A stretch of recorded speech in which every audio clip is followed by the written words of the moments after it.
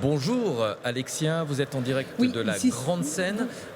Qu'est-ce qu'on va y retrouver? Qu'est-ce qui a déjà été dit? Puisque la première journée du salon c'était hier et il y avait déjà un certain nombre de conférences hier sur cette grande scène.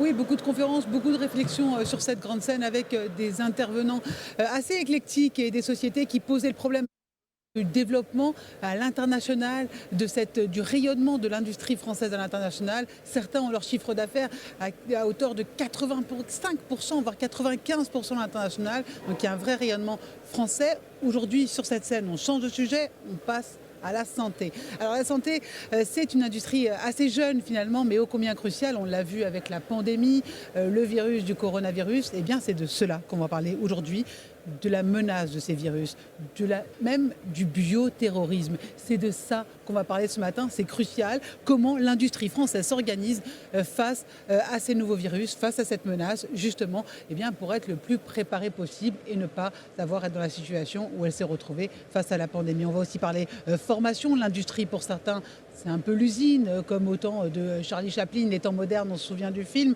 Eh bien, ce n'est plus du tout le cas. Maintenant, c'est très technologique, très innovation. Ça ressemble en fait à des jeux vidéo, de travailler dans l'industrie française.